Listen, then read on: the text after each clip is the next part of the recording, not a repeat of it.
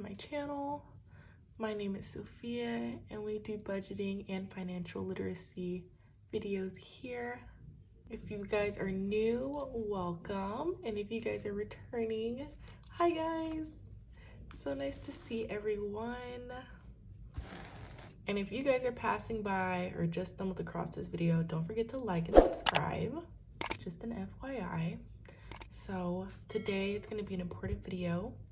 I'm going to be talking about student loans. More specifically, what are the different types of student loans? How is interest accumulated? And my game plan on how to pay. Yeah, so let's go ahead and get started. First, we're going to talk about the definition of what are student loans. So what are student loans? Student loans is money that you borrow that you have to pay back in order to pay any tuition or cost of attendance fees for whatever school you're going towards. So I want to repeat that student loans is money that you borrow that you have to pay back, most likely with interest. Okay, so this is not money that you can take out during the meantime and not worry about it later. This is money that you definitely have to pay back, and it's always going to be there. Whether you like it or not, it's going to be there and you're going to have to pay it back. Okay, so the whole gist of this video is that it's better to pay back faster and confront it up head on rather than trying to wait long periods of time or try to put it on the back burner because you just don't feel like it or because you're too scared or it makes you anxious. Whatever the reason may be, it's always going to be there and it's going to keep accumulating interest, and you're going to have to pay more money back than what you've borrowed. Okay, so let's actually talk a little bit about that. So here we have what it's called a principal balance. The principal balance is the amount of the loan that you have initially taken out. So let's say that you were approved of aid for like $5,000 and you only need like $2,000 to cover the cost of the tuition for that year, for that semester. That $2,000 that you've taken out is your principal balance. Now there's another thing called the payoff quote. And this payoff quote includes your principal balance along with whatever interest that accumulates that you have to pay off together. Okay, so I'm going to be using those terms on and off throughout this video. So now that we've discussed what are student loans, we're going to talk about the different types of student loans. We have federal student loans and we have private loans. Okay, so federal student loans is loans that are given by the government, and private loans is loans that are given by private banks and private companies. The private loans are usually like, I don't know if you guys receive mail like from different banks saying you can refinance your student loans or you can pull out money for your student loans. That's what private loans are. And the federal loans is usually through FAFSA, which you have to make sure you apply every October 1st, just an FYI. But yeah, you get federal loans through applying through FAFSA. So now in this video, we're going to be discussing more specifically about federal loans rather than private loans. In federal loans, there are 3 different types of loans that you can be approved for. We have direct subsidized loans, we have indirect subsidized loans, and then we have direct plus loans. So let's go ahead and start talking about the direct subsidized loans. These loans are what we know for as the loans that do not accumulate interest during your college career. Okay, now in federal loans, not all the federal loans has that privilege to not accumulate interest while you're going through college. I did not know this very well, so I did take out some other loans that did accumulate interest as I was going to college, but we'll talk about that a little bit later. This loan also offers a 6-month grace period where they give you time to find a job or any type of means to pay off the loan that you've taken out. Now, for these direct subsidized student loans, you do have to qualify for these. So some qualifications include this: you have to be going for your undergraduate degree or your bachelor's degree. Okay, so this loan does not apply towards people that are going for their master's, PhDs, or any other graduate degrees. Usually the rates of this loan is at a lower rate than all the other loans that I will be talking about in this video. And also you have to convey some type of financial need. So how they calculate this is whenever you fill out your FAFSA, they normally tell you that you have to fill out if you are making any income and if how much your household income is, meaning all of the members that live in the underneath one roof, how much do they make together? And this is how they calculate whether you are eligible for this loan or not. And by conveying a financial need, it means that you have to be under a certain threshold of household income in order to get that loan. So those are what direct subsidized student loans are. Next, we're going to be going to direct unsubsidized student loans. So these loans do accumulate interest as you're going through your college, okay? And these interest rates are usually a little bit higher than the subsidized student loans. Now, this loan also offers a 6-month grace period where you have to go find a job or find some way of paying back the loan and getting scheduled all your repayment plans. So this loan is available to undergraduate students and graduate students. Okay, and lastly, is direct plus loans, and these direct plus loans usually have the highest interest out of all of the other ones that I've talked about. And this one does accumulate interest as soon as you take out the loan, as well as this loan does not offer a 6-month grace period. So as soon as you take out that loan, it's going to start accumulating interest and you're going to have to start making payments on it. Now, you do have the option to defer any of these loans that I've talked about before, but if you do defer these loans and don't focus on the interest, then that interest will be added onto your principal balance. So remember, principal balance means the initial amount that you took out from the loan. So that interest that has accumulated during that deferment time, and deferment meaning that you've pushed back your payment for like a month because you've been having some hardships for a month, the interest will be capitalized, meaning that it will be added to your principal loan. So now this is how people accumulate interest a lot faster, is because either they push it back, they defer their payments, they don't even worry about their payments and think that they'll pay it off later. And all that interest that's accumulating will be added to your principal balance. And so any new interest that's going to be, any new interest that they're going to be calculating is off of that new principal balance that includes the initial number that you've taken out and also that added interest, if that makes sense. So that's why it's really important to make sure that you are at least aware of what's going on in your student loans, who is your student loan provider, especially while you are in college. While I was in college, I pulled out direct subsidized student loans and direct unsubsidized student loans. So I paid off my direct unsubsidized student loans as soon as I found out that it was like accumulating interest. Like it accumulated like $200 in like a semester or so, which I thought was insane because now I'm paying $200 for some money that I didn't even take out, you know? So I paid that off whenever I received the stimulus check because I wanted to get the ones that were costing me more money out of the way so that way I could focus more and have more flexibility on the ones that are not accumulating interest as much. Okay, so those are the 3 types of loans. Now we're going to be talking about how does student loans accumulate interest. So first, what are interests? So interest is the cost of borrowing the money or the cost of borrowing the student loans, okay? Which means that they are charging you for the money that you have borrowed or taken out from them. And the interest rates are usually determined by the government, okay? So each student loan, each of the 3 federal student loans that I've talked about has different interest rates. So direct unsub has one different interest rate, the direct unsub has another different interest rate, and the direct plus loan also has an interest rate. And these interest rates vary every year, okay? So let's say you're going to college and you went to college in 2019 and you pulled out a subsidized student loan at an interest rate of 3.0.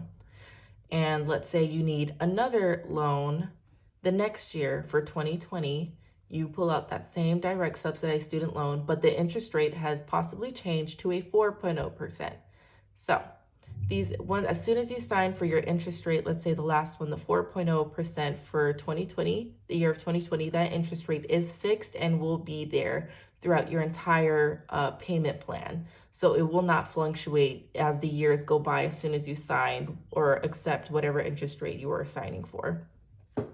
Okay, so the way that they calculate this interest rate, they will give you an annual interest rate, meaning that it's going to be the interest rate for the year. However, they add this interest rate daily, okay? What I mean by that is they have to be able to calculate the annual interest rate into a daily interest rate so that way they can create your monthly payments. And so this is what you're going to be paying monthly as you're going throughout your repayment plan.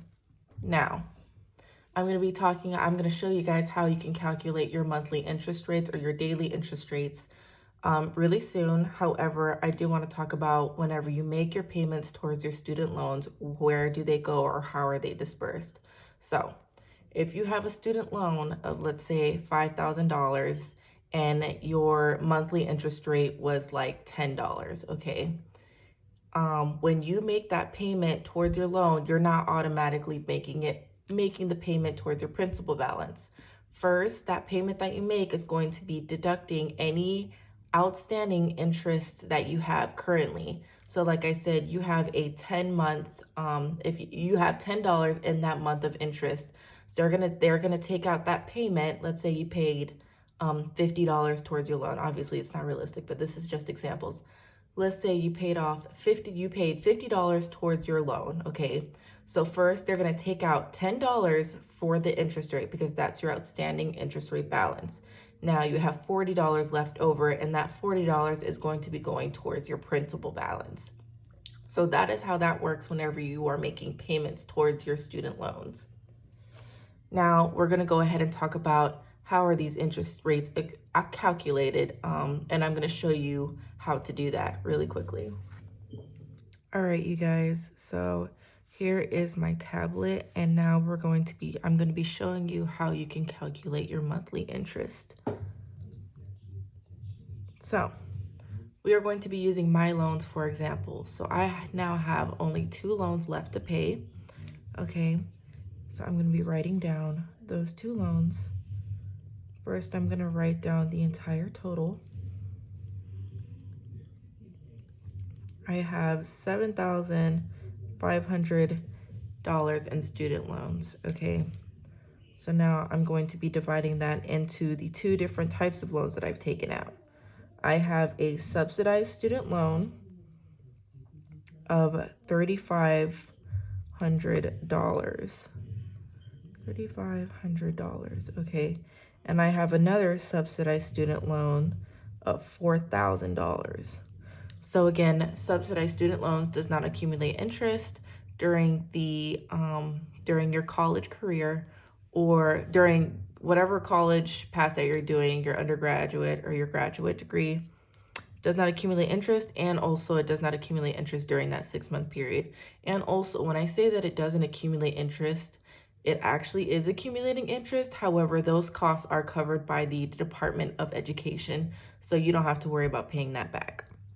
So these are the 2 loans that I've taken out, and these are my interest rates. More specifically, annual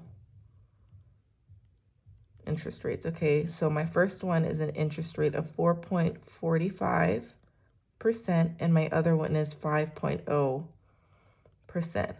Also, when I was like trying to find my information for like my interest rates, it wasn't showing on my account currently, just because Joe Biden has pushed back paying off the student loans until September 30th. So at the end of September, you have that leniency until the end of September to not pay student loans back or to accumulate as much money as you can and make a big down payment on it.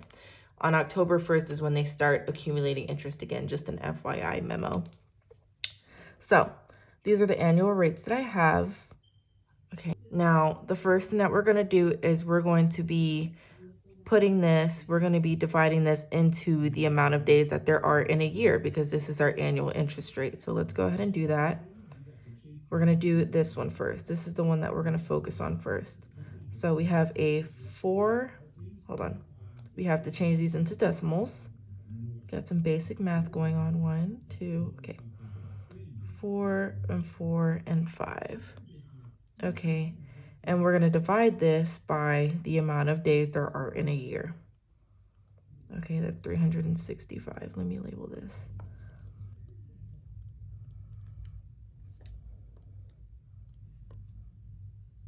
So let me go ahead and pull out a calculator. Here's my calculator, and we're going to be dividing decimal 0.445 divided by 365 days. So this number right here is your interest rate factor, okay? So this is the number that you're going to be multiplying with the amount of loan, the amount of principal loan that you've taken out in order to figure out your interest on that loan. So let's go ahead and do that. So what did I say? It was 0.00012 and 2. Okay, so now we're going to take this number and we are going to multiply this by the principal loan that you've taken out. So in my case, it's $3,500. And this is the principal balance.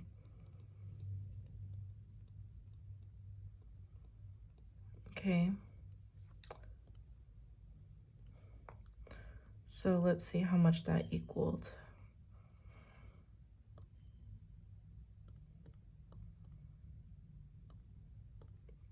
So now this right here is my daily interest rate, 7. So this number is my daily interest rate. So now we're going to take this number right here and we're going to multiply it by the average amount of days in a month in order to figure out your monthly interest for whatever payment plan that you're going to be going on. So 427.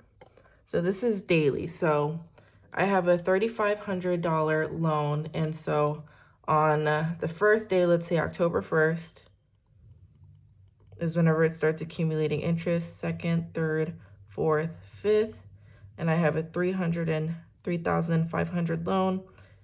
It's going to accumulate this amount of interest every day, right?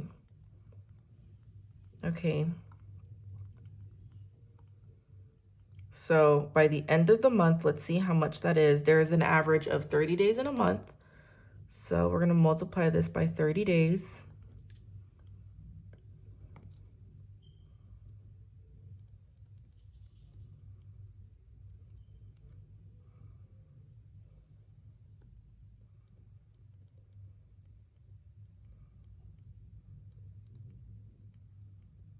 Okay, and that's going to equal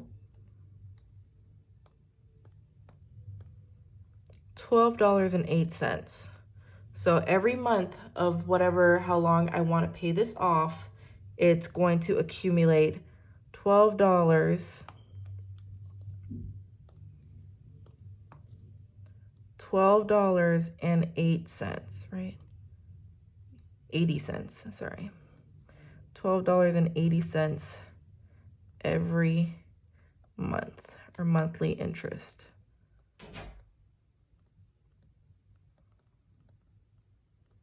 Okay. So now, remember when I mentioned that you have the option to defer these payments if you are not yet ready to pay this off, or if you're having a hardship month. When you defer a payment, this is what I was talking about earlier. When you defer a payment, that payment will be capitalized. So now, instead of your principal balance here of $3,500, you would have $3,512.80. And this is what they will calculate interest off of. Okay, so this is why it's important to focus on making payments every month, at least towards your interest. So that is how you calculate interest rates, and that is how you figure out your monthly interest rate for whenever you're making your monthly payments on your student loans. Now, you can find calculators to do this yourself, but I really wanted to show you guys that this annual interest rate is actually divided and multiplied into a daily interest rate in order to figure out how much you're going to be paying in your monthly payments, okay? But you can definitely find a calculator online to do that for you. Actually, on the student aid federal loans official website, they have a calculator for you there, and I can link that down below. And that's going to do it for you and how to do it.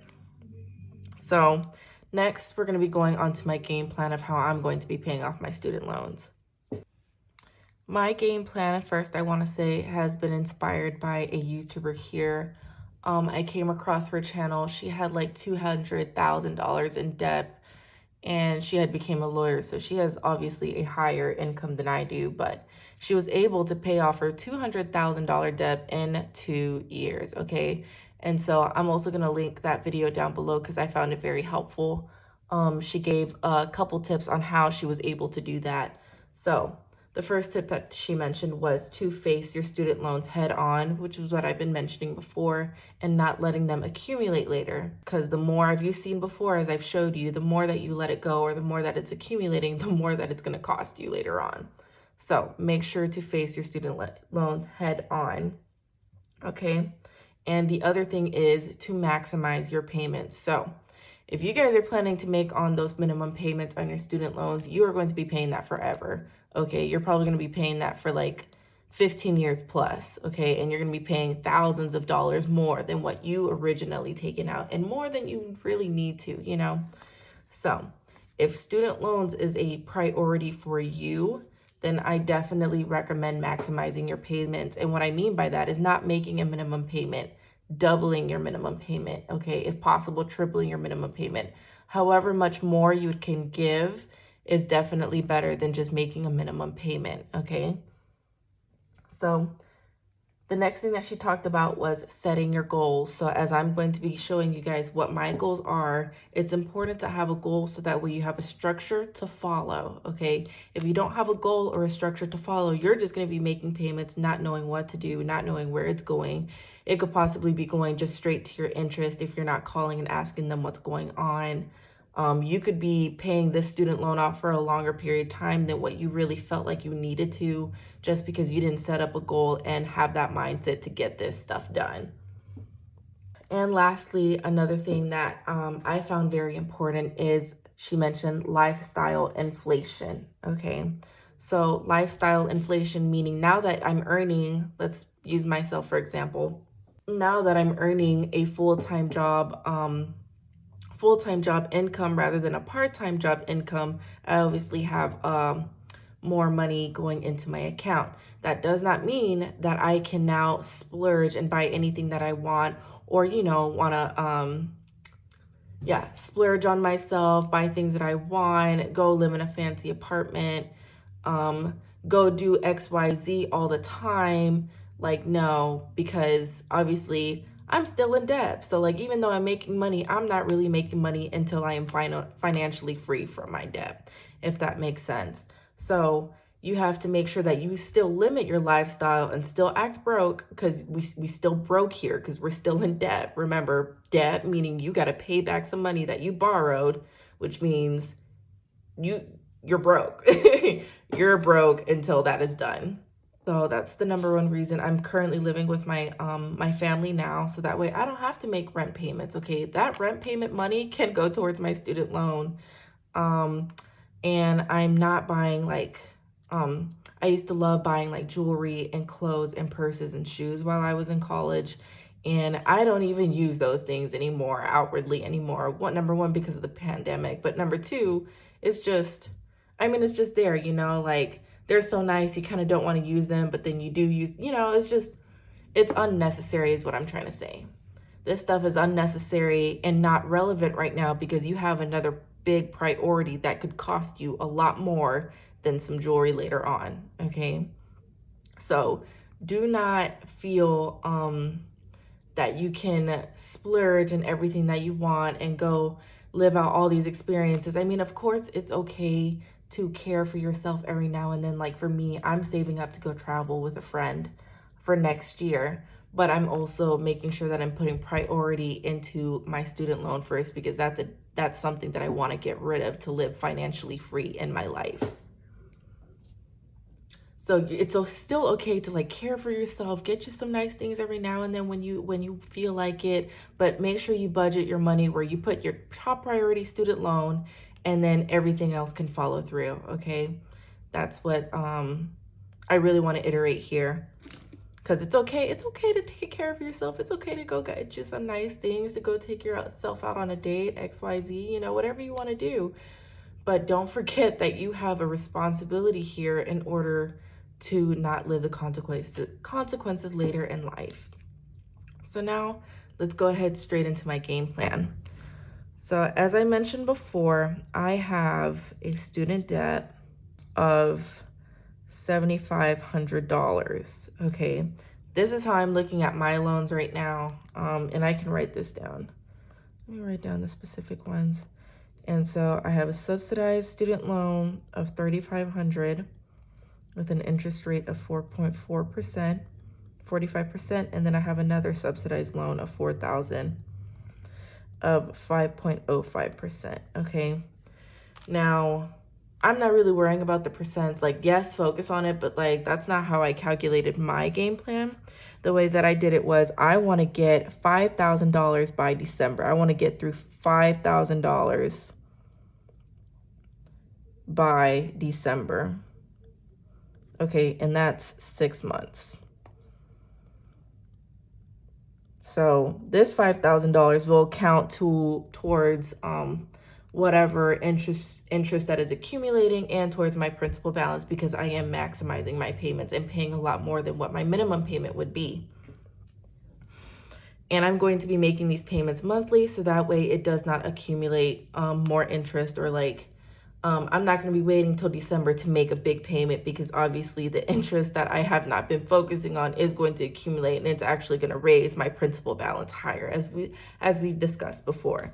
So I'm going to be definitely making monthly payments on my student loans, but my goal is to make those monthly payments equal to a total of $5,000 by the end of this year. So that way I'd have about, say, $5,000, and we subtract this.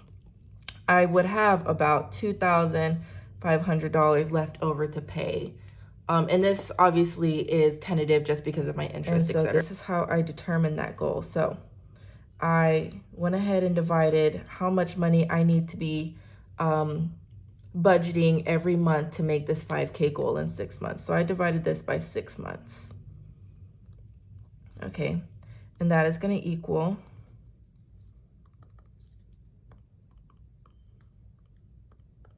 $833. So this is the amount that I have to budget, that I have to put into my cash envelope every month to make my payment. This is my monthly payment for my student loan. Okay, so now I personally get paid bi-weekly. So now I'm going to divide this monthly payment into 2 paychecks, because that's how I get paid. So $833. Divide this by 2 paychecks. Let me go ahead and, this is goal amount. That's months, 2 paychecks, and this is monthly payment. Okay, and so that number is going to be equal, $416. So this is the amount that I have to take from my paycheck, every paycheck that I get. I get 2 paychecks every month, okay? So I was trying to budget. I'm gonna show you guys my budget. It's taken me 2 months to figure out how I wanna budget my money for this. It was so hard because, number one, I'm a beginner to the budgeting lifestyle. And number two, like, I wanna stuff all my cash envelopes, you know, but it's like, I wanna get this paid off too. So, priorities. Let me show you. Oh, here it is. This is what I was going through. It looks like a hot mess, but this is exactly what I was trying to go through to figure out my budget plan for this. Obviously, starting off with my $5,000 student debt as my number one thing. So, took me 2 months to figure that out. So after trying to budget all that money and trying to fit all what I can put into each cash envelope, I have come to the conclusion where I'm actually going to use this $16 elsewhere in my budget, and I'm going to be taking out $400 per paycheck to pay my student loan, to make my monthly payment, okay?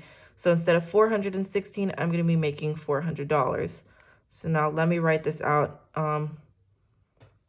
in a calendar format. So we have 6 months, which is July, August, September, October, November, and December. We have paycheck 1, pay 1, and pay 2. So now that we've already figured out this is how much is going to be taken out every paycheck, I went ahead and just filled this in all the way.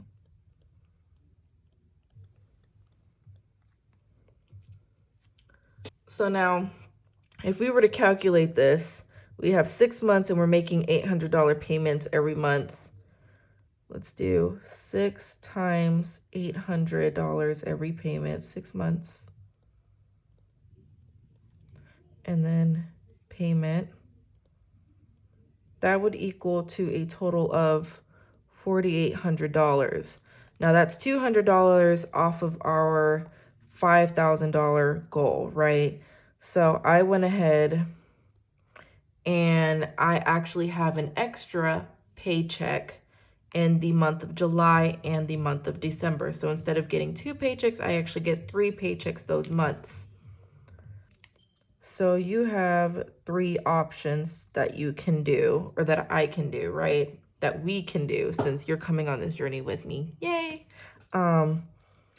We can do, okay, so we get an extra 3rd paycheck here and an extra paycheck here. So we have $200 left that we have to figure out where to get this money from. Now we can do a $100 here and a $100 here and get that done. We can do $200 upfront or wait until December and take out those $200. For me personally, I like to get this stuff done and out of the way. So what I'm going to do is I'm actually going to be taking out an extra $200 from my 3rd paycheck this month. Okay. So, and with that $200, I will reach my 5K goal. And so this is what I'm going to be focused on right now. I know I have another $2,500 left over, but that's going to wait until January. You can only see the future so far ahead right now. And this is how much that I can handle as far as within my budget and my income.